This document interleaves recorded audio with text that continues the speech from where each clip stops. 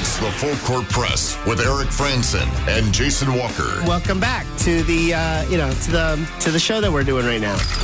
Following the local teams, breaking down the biggest games with in-depth analysis and team interview. Join the show by calling into 435-752-1069 or text 435-339-0321. It's the Full Court Press. Wes Brooks, yes! Caught! Touchdown! They did it!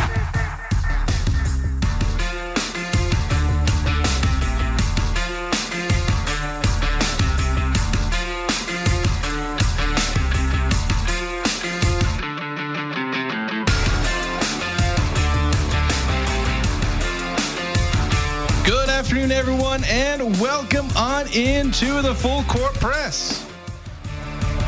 Gotta mess with the volume here on the bump music. Got it at full volume while I'm trying to introduce everything. Full crank. Let's go. Eric does the whole thing where he like lowers it while he's talking, and then he raises it up when he pauses. And it's all this fancy professional radio host stuff. I just go full blast. Well, yeah, all gas. Yell into the mic, no all gas, no brakes, throwing heaters, nothing but fastballs here on the Full Court Press. But welcome on in Thursday. It's a prediction Thursday. And a bunch of different predictions and ways you can get involved too and win free stuff. Assuming that what I was told earlier is true. Free stuff. Yes. Free stuff. Have free stuff that I am prepared to give away. Yeah, Eric is willing to give away free stuff. Eric, tell him what this free stuff is. We're going to give away 2 pairs of tickets. Not just so that's 4 tickets total, 2 pairs. We're going to give away tickets to go see Utah State in the NCAA tournament. It's tomorrow afternoon at 2, and we want as many people there as possible. Utah State Athletics is helping us make that possible, and so we've got a pair of tickets, 2 pairs of tickets that we'll be giving away today. Yeah, and we're going to make it super easy. All that is required is send us in your score predictions, not for Utah State football, not for Utah State soccer, but for Utah State football. Just send that in, text that into the Full Court Press text line, 435-339-0321. If you cannot use the tickets, let us know. Yeah, if you don't want to have the tickets, let us know. Or let us know, specifically if you want to have a chance to win these tickets. We will pick a couple of winners from the text line later on in the show, or at least by today. We'll make sure to let you know, and that way you can, or Eric, I think they're digital tickets, right? Yes. So you don't even have to come pick them up. We'll send them to you, and that way you can get into tomorrow's game. It's a 2 p.m. kickoff. If you're around, you'll have a chance to see me there. If you can find me in the crowd, I imagine they're going to come close to, at least I think they might try to break the attendance record. I don't know if weather is going to have an impact on that. It is going to be a little cold and probably a little wet. But I also have to imagine that this is a very big draw. It's Friday. You can probably get off work a little bit early and come watch Utah State soccer play in the NCAA tournament. This is the first time that you've been able to watch them in the NCAA tournament without traveling. Last year was decently easy with them playing BYU, but they're hosting a game on Bell Field for the NCAA tournament, a chance to advance, I believe, for the first time ever. I don't think they've ever won an NCAA tournament game. They've been a few times in the last, 10, 15 years. But to my knowledge, and I have to double check that, I don't know if they've actually won in the NCAA tournament. Good question. They had some really good teams. They had some really good teams the last couple of years. They were in the WAC. And if there was a team that won in the tournament, I'd expect it to be one of them, but I'm not 100% certain. So, text in to the show, 435-339-0321 with your score predictions for Utah State football. Send in your score predictions for that game. If you want to send one in for the soccer game as well, we can count that too if we really want to. Yeah, sure. We're not going to be super strict about this. No, we want to want to make sure people are there, and want to make sure people get a chance to be a part of the program and get excited for this historic opportunity. Really, tomorrow afternoon on Chuck and Gloria Bell Field. And I was going to look at the weather. 2:00 tomorrow afternoon. Looks like it mid 40s, overcast, but it doesn't look like there will be much weather. So just bundle up and bring some gloves, those trendy scarves, and cheer loud. There we go. That's all they need. I had a couple of texts already trying to enter in for the contest. 9776 he says he wants to be included in the drawing for tickets if possible. Just send in a score prediction. And for Utah State football, who do you think is going to win on Saturday between Utah State and Hawaii? And me and Eric will give our own predictions. We'll have that in the second hour. We're going to lead mostly with basketball, because that's the most recent stuff that's happened.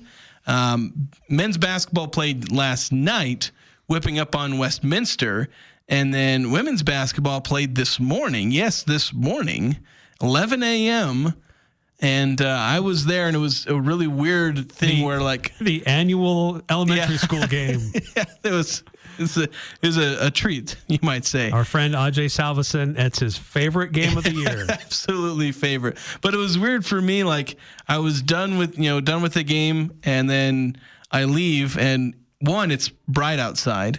I've just about never left a Utah State basketball game where it's still bright outside. Yeah. And then going to work again. It's like, oh, I still got work for the rest of the day. So normally it's like, walk out of the spectrum and it's like, all right, my day's done. It's like, no, Jason, it is not. Yeah. It's still lots to do. Yeah. So the game last night, we suspected they might hit 100 again. Well, they clearly surpassed that. Yeah. And there were some things that there was nothing for me to be concerned about. I don't think there's anything for us that we were worried about. It's just, how do they work on these things? What do they do to improve in these areas? Well, they did force 24 turnovers. Now, Westminster only shot 15 threes. They made 6 of those, so they shot 40% from 3. But, again, only limiting 15 attempts. And I think that is pretty significant, whereas Utah State doubled that in attempts, then 31, and shot nearly 55% from 3. Tucker Anderson, he's been struggling from 3. He shot the ball a lot, started to make some. He was 3 for 7. Yeah, which, as far as a season percentage, is actually decent. Right. But it was Ian Martinez. It was bombing from deep all night long. 7 for 9. Yeah, he joined a fairly exclusive club of players who have hit 7 3-pointers in a game, at least this century. The game log data I have doesn't go much that I have. It's from Basketball Reference. It's not like I have that. But it showed that I think the guys who fit 7 3-pointers in a game is reserved for guys like Darius Brown did it last year. Sam Merrill did it, I think, once or twice. J.C. Carroll is obviously in that club. He holds the record at 10. There's not too many players that have done it in the last 20 years, and Ian Martinez, did that. In fact, the weird thing is he scores 24 points. All 24 of them were a result of a 3-point attempt. 7 made 3-pointers, and the 3 free throws he had were when he was fouled on a 3-pointer. So that's right. He got all of his points shooting from beyond the arc, which is weird because I usually refer to Ian Martinez as a slashing guard. Same archetype as Mason Falslev. But it really goes to show that he has elevated his game. Is he going to be like one of the all-time 3-point shooters at Utah State? Well, probably not. But he's a guy that can shoot in the high 30%. Like, I think there were people worried about, which guys can hit 3-pointers. Well, Ian's one of them.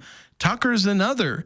Drake Allen, Dexter Akano, Dayton Albright, they've all been decent at 3-point shots. So, You've got two guys that I think you'll be able to rely on to hit basically most open three-pointers they attempt, Tucker and Ian.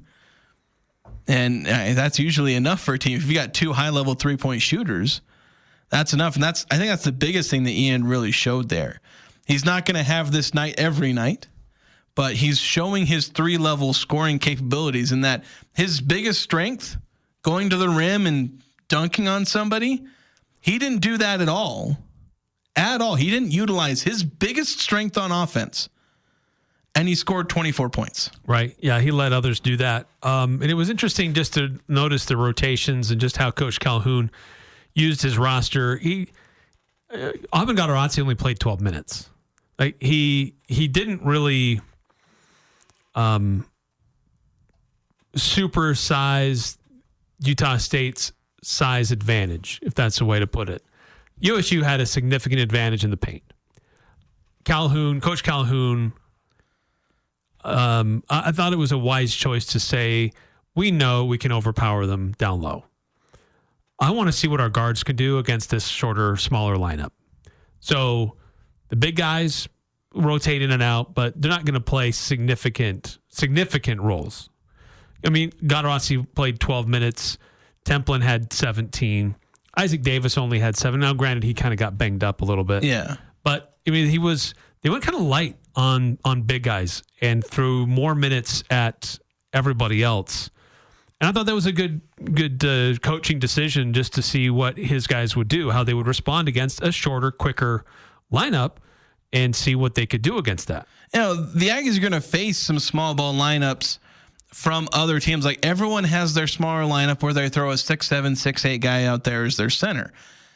And I think maybe he wanted to see, all right, let's throw that lineup out there with Carson Templin coming in for Gadarazzi, where Abin was doing perfectly fine. He was getting rebounds, protecting the rim. And surprise, he was 2 for 2. Yeah, still perfect from the field. Still perfect.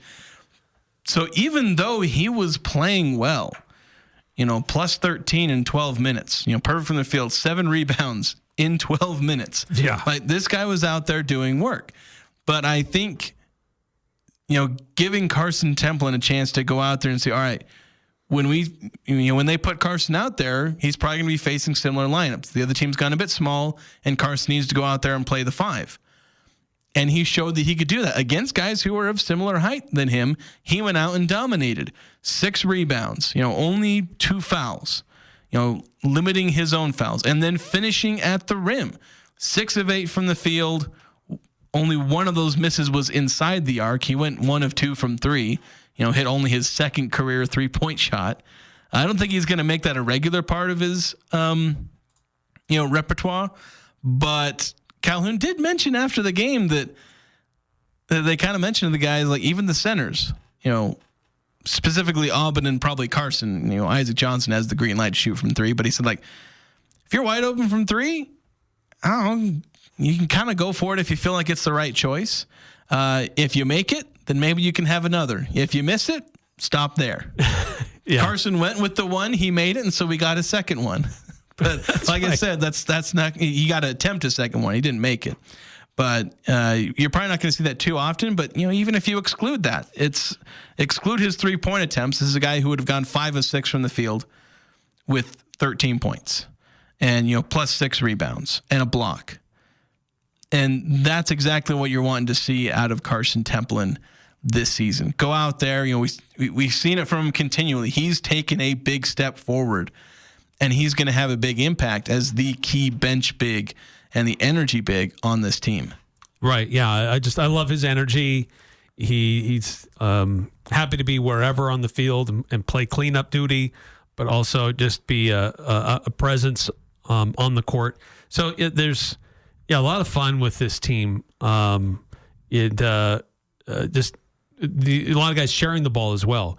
Fosler has 5 assists. Allen had 5 assists. Martinez had 4. Barnes had 4. Then Albury has 6 off the bench. So this is a very unselfish team where guys are looking for each other and having some fun with it too. Yeah. So one of the stats that I noted is that Utah State has now had 28 assists in 2 of their 3 games. And I think I have to go back another 4 or 5 seasons just to find 2 more games with at least 28 assists. I think there was one a couple years ago, and then the one before that happened in 2018. Wow. So, and they've done it twice in 2 games. Now, there is the asterisk on strength of schedule, but the other teams have played a bunch of, not very good teams as well. They've played the same Westminster team a few years back. Right. They've played non-Division I teams. They've played teams at the bottom of, the Ken Palm rankings. But they've never done this. Right. Yeah. This schedule is not unique in that the first 3 teams that they've faced have been at the level that they're at. Yeah, I'll say this, it's maybe unique in that they're all clustered next to each other. Yeah, I guess that's true. They played these same number of teams that are not in the top 1. Of course, Charlotte's still 150 in Ken Palm. It's not like they're a complete nobody, horrible team. Right, and they won last night. Yeah, but they've played teams that have been in the 350s in Ken Palm, and they obviously play non-Division I teams. They play 2 or 3 of these, teams of the caliber of Alcorn and Westminster. They'll play 2 or 3 of these games a year, but nobody else is having these, multiple 100-point games. The fact they're all in a row might be a bit of a product of the schedule, but even then, I don't know how many teams have had 3 100-point games, whether or not they've been in a row for a while. It's been a minute since they've done that. 321 points in 3 games. That's bonkers. I mean, there were times where, man, if the Aggies hit 62, that was their magic number. If they could score 62 points, they were going to win the game. It's 65 at halftime. Yeah. So this is definitely up and down the court. It's fun. And I love the unselfish nature of this team that I'd hate to be an opposing coach because who do you take away? You try to focus on Martinez because he's consistently the highest scorer, most dynamic player on the court. Okay. There's lots of other guys that are going to get it done and do other things. So this is a very unique team that way in the early stages. It's always interesting to wonder, how long can they keep this going? And how well will they do when they actually run through adversity, when they can't get up and down the court like they like to and have been able to do in these first 3 games. Yeah, and that will be the big story. And it's going to be Iowa that's probably the one to do that. What do the Aggies do when the other team is as long and athletic as they are? Because right now they have been taller and more athletic by a ways against all the teams they've faced so far this season. They have been able to run circles around everyone. And when they do their, matchup zone and they do their press, the other teams just can't handle the length and athleticism. Well, you're going to face teams that can very much handle that length and athleticism and will have the basketball IQ combined with that athleticism to, take advantage of any small mistake that you made. And then on the other side, they're going to throw their really tough defense at you. And they're going to be hounding you through every screen and get their hands in the passing lanes in ways that none of Utah State's opponents have really done. So what happens then? You get 28 assists. That's because Westminster can barely touch the ball. Right. When they're trying to guard you because they're all 5'5" and 5'10". It's like they don't have the height and length to bother them. What happens when they face someone with that length? We're going to find out. They could still very well be an elite offense. If you're just that good, all it does is shave, 20 or 30 points off this 117-point game. And you can still score in the 70s and 80s.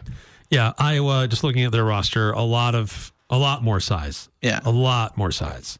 Very different challenge there. And they're kind of doing to opponents what the Aggies are doing, not to the same clip, but 89, 89, and 96 is what they've scored in their first 3 games. And yeah, they're kind of no-name opponents so far. It will be interesting to see what they do against Washington State tomorrow. Actually, they play Washington State tomorrow. So Yeah, keep an eye on that one. But yeah, this Utah State offense is cooking. The defense is still very tight, just hounding opponents. There are times where there can be some gaps in that matchup zone, and if you can hit your outside shot or hit the corner shot, then it can be there.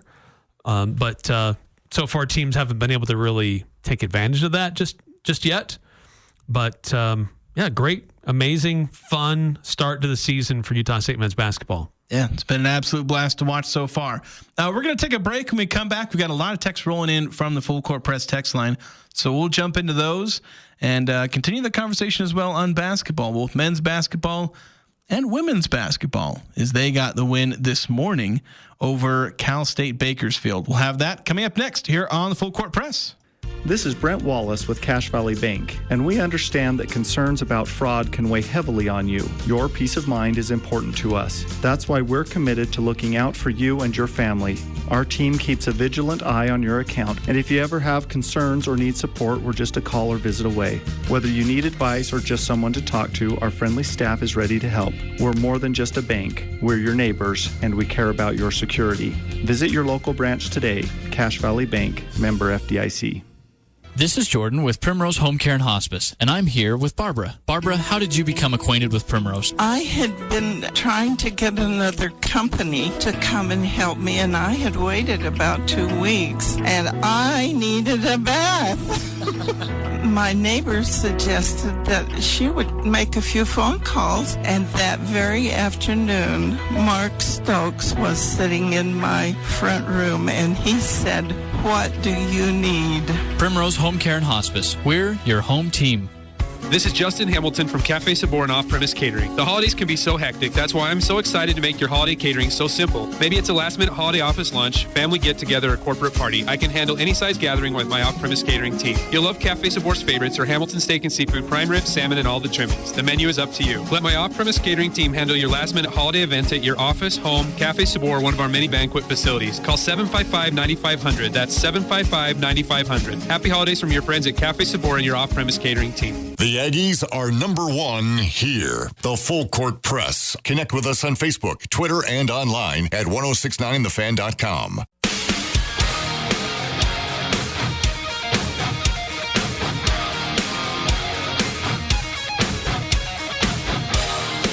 Four 435-339-0321. That's the number you can text for a chance to win a pair of tickets. We're giving away 2 different pairs of tickets to tomorrow's Utah State soccer game, NCAA tournament, first round matchup against Washington, 2 p.m. kickoff at Bell Field here in Logan.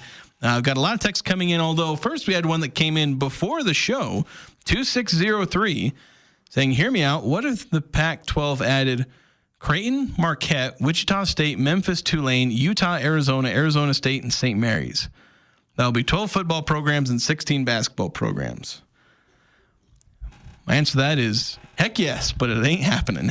I love the dream. Keep on dreaming, 2603. The problem is Utah, Arizona, Arizona State, they're locked in with the Big 12. And this new Pac-12, even as this would imagine it, would not get the same media deal that they currently are getting in the Big 12.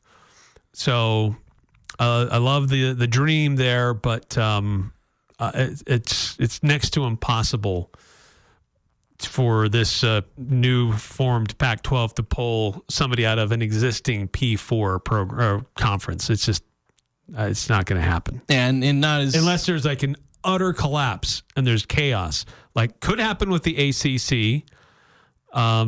But unless there's an utter collapse.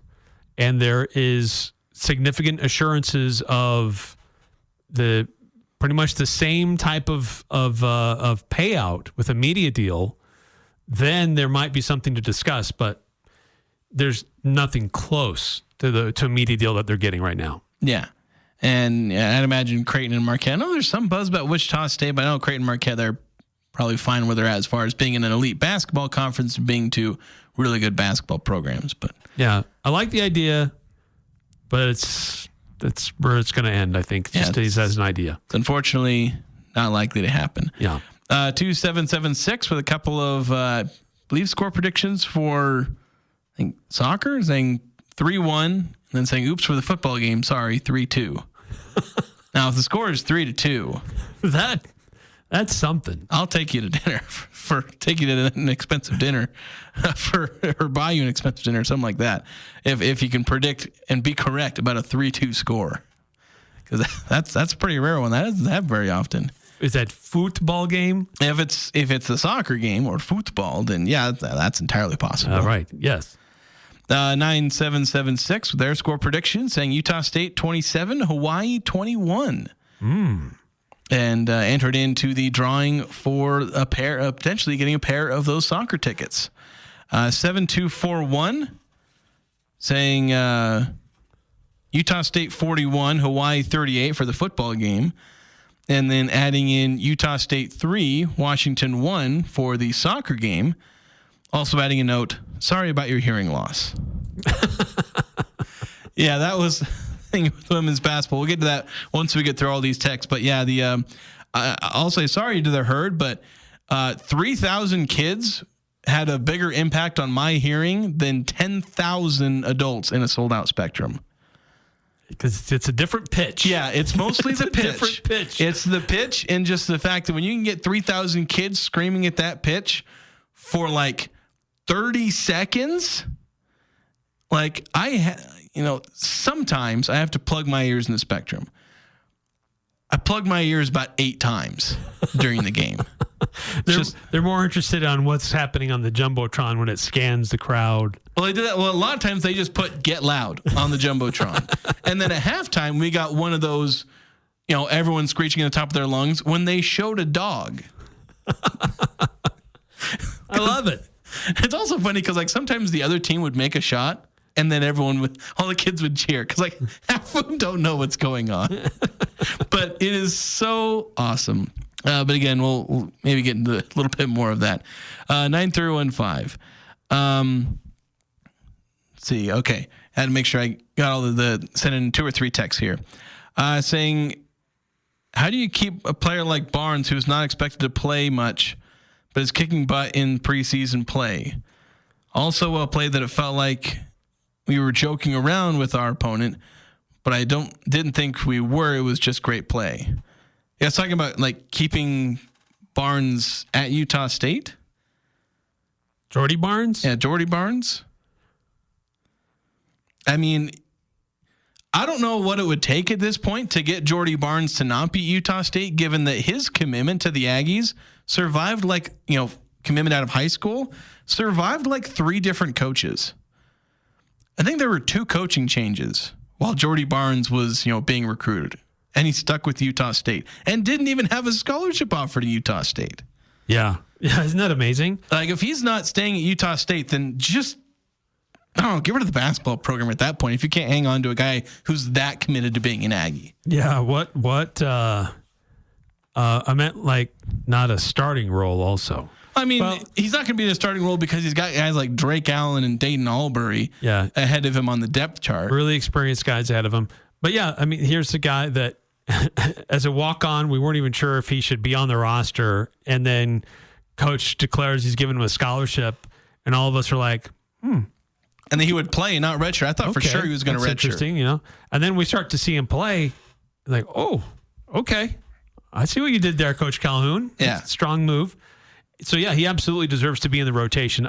He's not the starter yet, but it's great having him in an Aggie uniform. Yeah, he's not going to be the starter this season, barring some pretty crazy injury stuff or an absurdly high level of play from him going forward. And that's not a knock against him. Yeah. It's just there are more experienced guys ahead of him. Yeah, it speaks to the guys ahead of him and what they've done to earn those starting roles ahead of him. But the stat that I put out a little earlier today on social media is that Jordy Barnes, he has 11 steals. He also has 14 assists, second on the team. He's leading the team in steals with 11.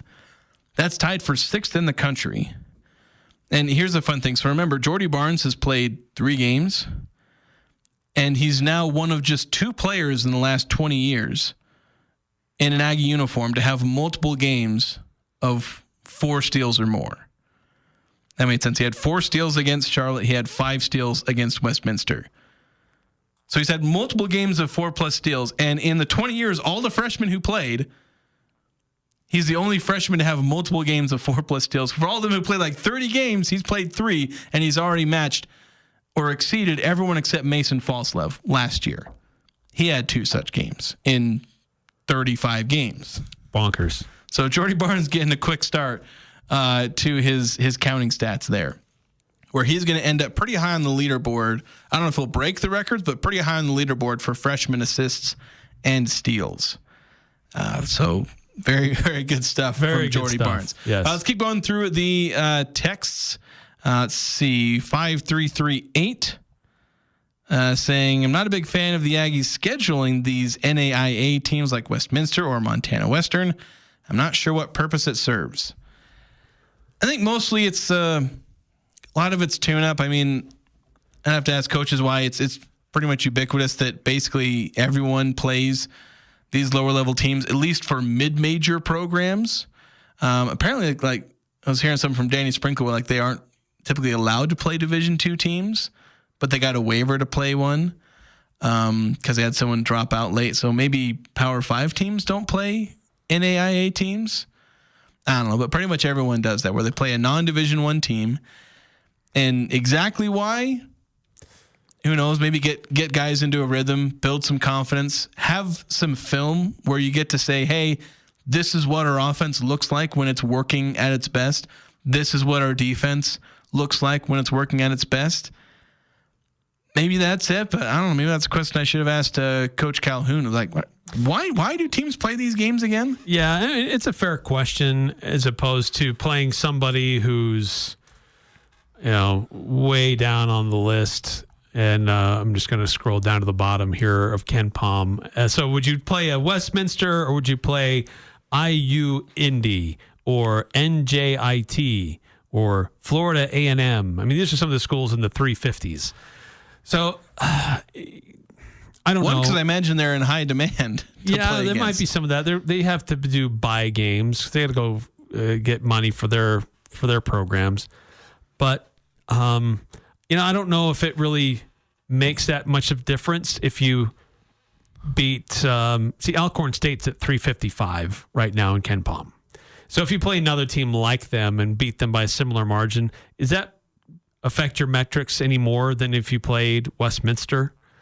I don't know. Well, the Probably thing is, not. there are some metrics that just blanket throw out non-Division I games, like the net. Yeah. It takes doesn't count. Yeah, whatever happens, win or lose, it gets thrown out. Yeah. So, playing NJIT, what is that? New Jersey Institute of Technology. That was my guess. I don't know if it's actually true or So not. if you played them and you win 117-53, the metrics look good for offensive efficiency and defensive efficiency, and those are helpful. But yeah, I don't know if it really matters that much. I think by having a Westminster on the schedule from time to time, especially if you're a new coach and you've got a lot of new players, I don't see any problem with it at all. Because, like you said, you're trying to fine-tune who you are, what you're supposed to do, and these are games that you should win, and you should be able to execute what you want to execute, how and when you want it done. And so you can go back to that and say, okay, here's film. Here's how we're supposed to do this. But yeah, just with a new coach and new players, I get it. And I think it's okay. I don't hate it. I understand it. Would it be better to have that kind of game against a Division I opponent? Yeah, it probably helps you more in the long run, but not by great degrees. So, yeah. Well, it helps the net. The net loves these games. It absolutely adores these kind of. Now, mind you, not the non-Division I teams. Division II, which actually wasn't 100% sure. I was hearing that Westminster's actually Division II. Yeah, actually Division II now. I thought they were NAIA, but apparently they're Division II. Apparently they used to be. That was what I was hearing. Is they used to be. Now they're Division II.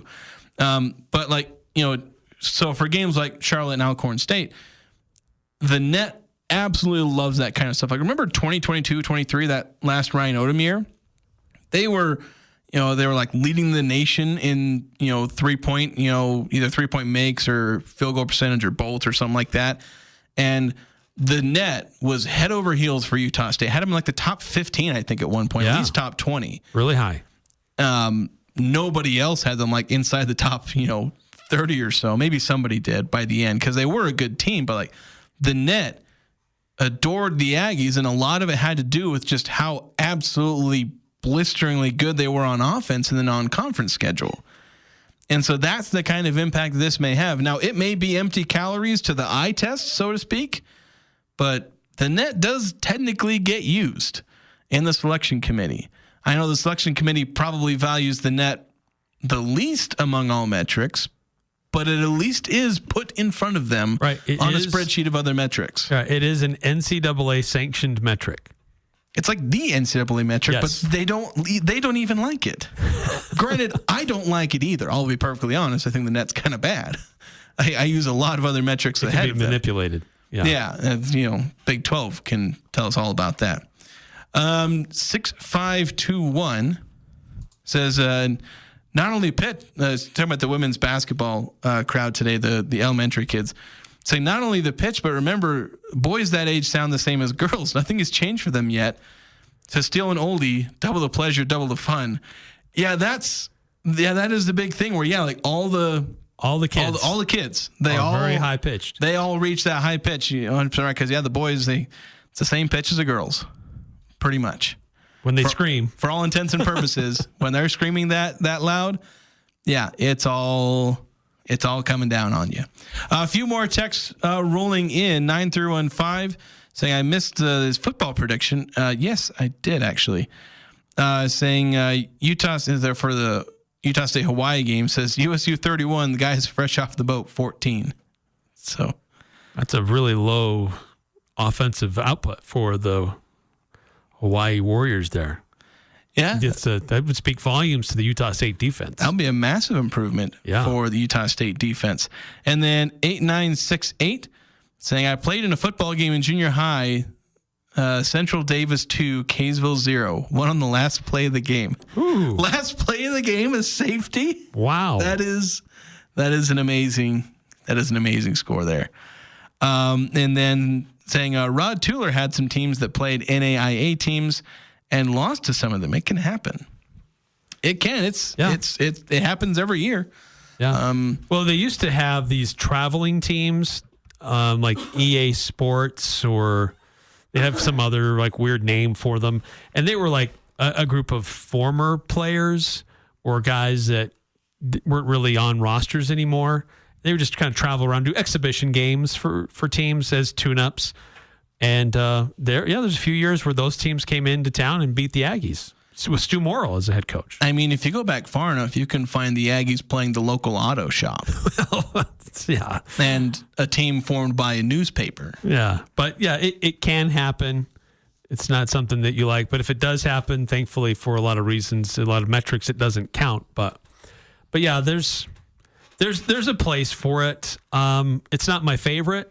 Like, I'm 5338. I probably lean more with you. I'd rather see them play another Division I team than a lower division team. I don't think they need to play a lower division team, but I also understand it just with new coach and so many new players. All right, let's go ahead and take a break because we want to shift over to talk more specifically about Utah State women's basketball. We've kind of alluded to the crowd, the elementary school kids that were there. I mentioned the result, the Aggies getting the win over Cal State Bakersfield. Let's go in depth a little bit more to the game. My recap actually up on Cache Valley Daily if you want to go check that out. But we'll talk about that next here on the Full Court Press. Are you getting ready to retire, but your spouse isn't 65 yet? Hi, this is Ashley with LSS Insurance. We can help. If it's that time and you need answers, come to our free meeting on the third Thursday, November 21st at 7 p.m. We'll empower you with the information you need to make a confident decision. Call 752-9493. Come see us at LSS Insurance next to the North Walmart the third Thursday, November 21st at 7 p.m. This is Kyle at Advanced Door, and we guarantee every garage door we install for a lifetime, parts and labor. That's every door, every spring, every roller, every track, every motor. The entire garage door system guaranteed for a lifetime. Parts and labor. We're Advanced Door, and we guarantee you'll be hearing this for a long time. Find out more at advanced-door.com. That's advanced-door.com.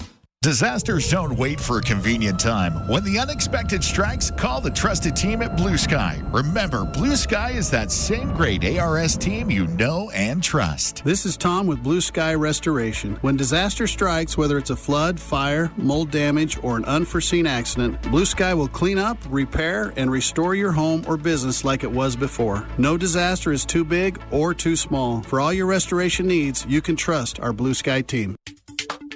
Now here's a concept. You earmark 1/3 of your profits to go back into the community, to local charities. Dex Imaging does that. My name is Anthony Wagoner, and I'd like to share with you what I know about Dex, the company that acquired Valley Office Systems. Dex Imaging is committed to continuing quality customer service while raising the bar to become a strong community partner. Join us in creating the brightest image for tomorrow. Contact us at deximaging.com.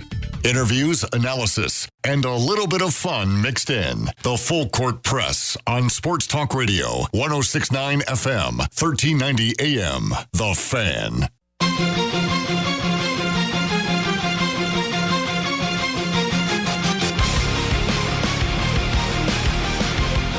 A fitting song title as we look at Utah State women's basketball. Not Gonna Die. Not gonna die. That's good. Women's basketball starting the season 0-2, but with a lot of hope for the future, a lot of youthful players on this team. Of course, today, a lot of youthful individuals in attendance.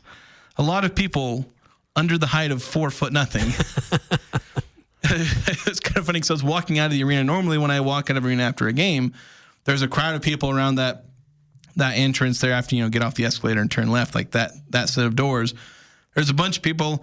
I can't see anything, but there was the same number of people crowded that same doorway, but I could see everything just because everyone around me see over everybody. Everyone is hip height with all the elementary school kids there. Because, they do that every year. There's probably many listeners who maybe send their kids to this game, to these, they do this annually. There's one year they did it like 2 or 3 times. But, they got, I was told there was about 3,100 kids, give or take. And they help provide at least some energy to these Aggies as the women's basketball team, as they started off really hot in this game. They had a 21-point lead over Cal State Bakersfield in the second quarter. They led 42-23 at halftime. Although that 21-point lead got chipped down to just 8 points at a couple different spots in the fourth quarter. And it made me recall back to, the game against Kansas City where they had a fourth quarter lead and last they 2 lost. games this season. Yeah, and Cal State Northridge, not to be confused with Cal State Bakersfield. They lost that game after leading in the fourth quarter by like 6 points on like a couple of different occasions.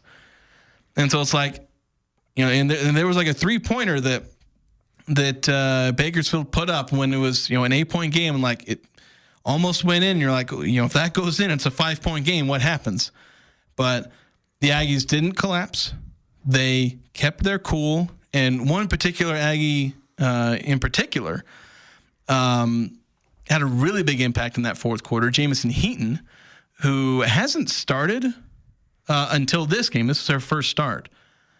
But she had been closing pretty much every game and taking a big role. Now, there were some mistakes made by her and other players, and that's why they lost the first 2 games. But in this one, when it was an 8-point game, 6 minutes to go, she scores 6 straight points for the Aggies. And it was a 6-0 run for the Aggies. So they go up by 14 with about 4.5 minutes to go. And she ended up having 7 fourth quarter points. I think all 7 of them were actually after that lead was cut down to 8. And she ended up with 19 for the game, 7 of those in the fourth quarter. And she added 5 rebounds, 5 blocks, and 4 steals. Wow. She was a few more assists and a steal away from having a 5x5. That's nuts. So, and from what I checked, she's basically the only Aggie probably ever to have all those totals in a game. I know there's only one other player in the last 20 years who's had at least 5 blocks, 5 rebounds, and 4 steals in a game. That happened back in like 2014, and that player only had 5 points. And I know someone else, Megan Mendozona, I believe was her name. She almost had a 5x5, but it's like Jamison Heaton had a pretty good statistical game for the Aggies here and helped lead the team to victory. First half, built a cushion, got down pretty low, fairly low. I mean, 8-point lead is still a pretty solid lead, 6 minutes left in the game. But they didn't let it come down to the wire. They made sure it didn't stay close. And it was some of that was offense, but it was also defense, only allowing 51 points, which is just as huge for this team. Right, yeah, and that is something I wanted to circle back on, is just their defensive ability to maintain and limit their opponent, where they've had some challenges with that, where it's a high-intensity press, but if teams can break that press, they're going to have a lot of easy trips to the basket. But can they hang in there and continue to apply pressure and make teams uncomfortable? And this illustrates this is a team that's learning, right? Not only limiting, trying to cut down on fast break points, but also learning how to overcome some of those mistakes that they made in their previous 2 games where they had leads, they gave them up, they couldn't recapture or overcome another team getting momentum back. And so today they were able to do that. They had built a nice lead. Eventually opponents make adjustments and they were starting to come back on them.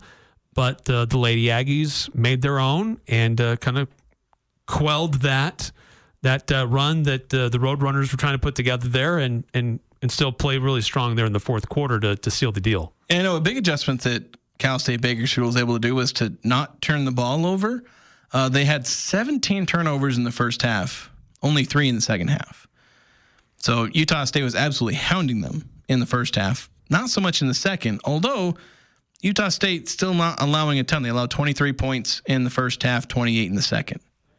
It's not a catastrophic difference there. No, but, offensively for the Aggies, I mean, they were doing a pretty good job in the first and second quarters, 21 points each quarter, and then only 7 in the third, just really coming out cold, struggling in that third quarter, but making the necessary adjustments and finding that offense again in the fourth. Yeah, that's the thing. The 18 points in the fourth. It's like Wes Brooks was perfectly happy with the first, second, and fourth quarter offensive production, but yeah, he was not happy about the third quarter. But, that's the thing. When you play super good in the first and second, build up a 20-point lead, you can afford a 7-point quarter, but you want to see him put it together for, more than just 3 quarters. Right. Yeah, and they still had, the 19 turnovers on the day. That's still trying to there's a lot of younger players that are playing a lot. And so just getting them more in tune with each other, more experience on the court, still something that needs to improve for this team to be competitive. But, nice things today in overcoming another team making a run at them and making the necessary adjustments and getting back into what they need to do in the fourth quarter and finishing strong. Yeah, the ultimate thing was get a win. However you can get a win for this team, especially since now they're going to go on the road, play 8 games away from the Spectrum. They won't be back playing a game in the Spectrum until December 18th when they play another team from California. Yeah, that's a long gap. And then I'd like to see them continue to work on their outside shooting. 23-point attempts. We heard this was going to be a team that would be a pretty high volume 3-point shooting team, but they only made 4. So that's something that needs to continue to improve. Yeah, they got to improve that. They did improve their free throw shooting. I think in the previous game they made like 7 of 20 or something like that, and today they were 17 of 21. Yeah. Much more satisfactory. Yes. And Coach Brooks made a point to mention that after. He's like, much better direction. Much better on those free throws.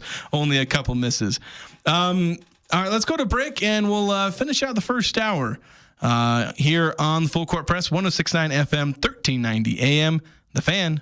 Over the past few years, strong and crazy weather patterns have battered various parts of the country. Northern Utah and southern Idaho are not immune from its share of wild weather. Be prepared for power outages with a Generac backup generator from Golden Spike Electric. They are your local source for Generac sales and service. Generac keeps you in control when bad weather strikes. Golden Spike Electric, powering your peace of mind. Online at gsegenerators.com or call 257-3016. They also service other models. This is Jay with Daryl's Appliance. I have some breaking news. Black Friday pricing has started at Daryl's Appliance. For a limited time, double dip and get our exclusive mail-in rebates and save up to $1,000 on appliance packages from your favorite brands. Plus, you can triple dip with Daryl's exclusive 2-year warranty on all appliances delivered and installed by Daryl's. Daryl's Black Friday sale. See store for details. Daryl's West on Airport Road, open until 6 p.m. on weekdays, 5 on Saturday. If you're thinking about getting engaged this holiday season, S.E. Needham Jewelers is the place to shop for your diamond engagement ring. S.E. Needham's has the largest selection of wedding rings in the area, including hundreds of styles in platinum, white gold, and yellow gold.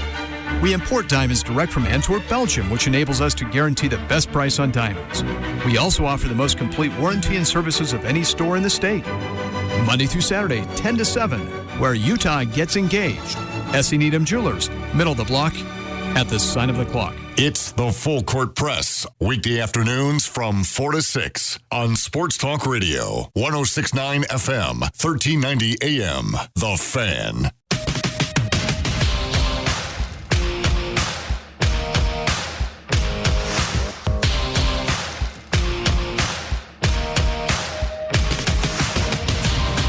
Welcome back to the Full Court Press, as Eric has just officially chosen the first winner by very scientific methods of picking one of the texters who has sent in a score prediction for Utah State football. We'll give our score predictions later on in the show, but if you want a chance to win a pair of Utah State soccer tickets, we're going to give away one of them right now, but we'll give away another set of tickets, another 2 tickets in the second hour to see Utah State soccer tomorrow as they take on Washington at 2 p.m.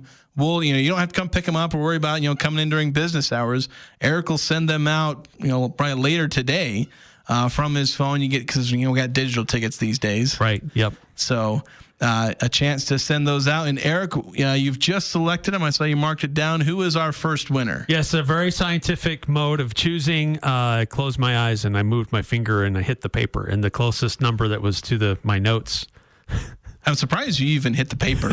That's the one we're going to go with. So our first pair of tickets to go see Utah State take on Washington in the NCAA tournament tomorrow afternoon at 2 o'clock at Chuck and Gloria Bell Field, 9776. There we go. Congratulations to 9776. We'll be sending you a pair of tickets here shortly. And a chance to go watch the Aggies hopefully win that game against Washington, and very likely it would lead to a matchup with number 1 seed in their quadrant of the bracket, Mississippi State. Yes. The Aggies, an 8 seed, getting to host a game for the first time ever. So it should be a fun matchup. Another team that's in action this weekend, Utah State volleyball.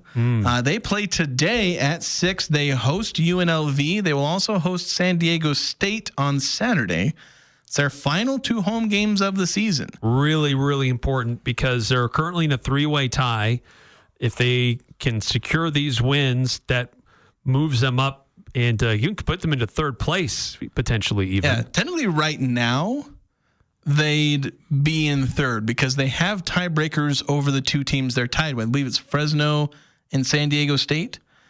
And they've beaten both of those teams. Now, mind you, they play San Diego State again, so that tiebreaker can get really muddied if they lose that game at home. But they have tiebreakers over the 2 teams they're tied with. UNLV is a little on the outside looking in. They're probably a little too far. I mean, when I say outside looking in, the conference tournament. Top 6 teams get into the conference tournament. Yes. And UNLV they're 5-9, and all the teams that are kind of in that 5th, 6th range are all like 9-5. So yeah, might be a little too far gone for them, but they might look to play spoiler against Utah State, who are kind of on that edge. If they collapse these last 4 games, they could very easily end up on the outside. But if they can secure like at least 2 wins in these last 4, that'll get them in. It might have them as the 5 or the 6 if they only go 2-2, but they'll be in. They can go 4-0. They're likely third. In fact, they would be third because I think they play both the teams they're tied against. I believe they play both San Diego State and Fresno State at some point in the rest of the season. Actually, I'm not sure about Fresno State. Well, either way, these are really big games. I think they're calling it Retro Night tonight. They're going to play retro music, which I don't really know what that means, from what era. But anyway, they're going to have some fun. Retro as in like 2005. Yeah, that's right. But it's Club Estes is a great atmosphere and really big games tonight and on Saturday night to cheer on Utah State as they trying to improve their position in the upcoming Mountain West volleyball tournament. All right, 7241 saying, don't pick me as a winner. I'll be stuck at work and I've already used too much PTO. Well, they have the excuse note they published online. Just give that to them. Did you see the note from Dr. Martins? Yeah, Dr. Martin. Doc Martin. That's right. Except he doesn't sell shoes, though. No.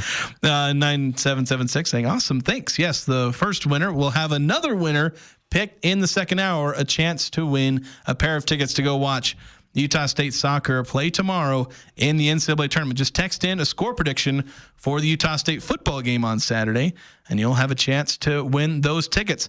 That's going to do it for us in the first hour. We'll talk Utah State football coming up, starting next hour. Dan Patrick, and this is Above the Noise. Whenever a talented team comes up short in the NBA, the franchise is quick to look for added firepower. Suns added Kevin Durant. Bucks traded for Dame Lillard. But the flaw isn't always that deep. Sometimes all it takes is a new voice in the locker room. The Warriors were bounced in the first round in 2013 under Mark Jackson. Steve Kerr won 67 games and an NBA title the following year. The Celtics have had a similar experience, replacing Brad Stevens. Boston lost 3 Eastern Conference Finals under Stevens. Ime Udoka brought the team to the finals in year 1. Joe Mazzulla helped win that same core a title in 2024. The season's still young, but the addition of Kenny Atkinson is the beginning of a similar effect on the Cavaliers. Cleveland is still far from a title, but with the Cavs boasting the best offense and best record in the NBA, maybe chasing star talent isn't always the best option when a team is looking to reload. I'm Dan Patrick, and this is Above the Noise.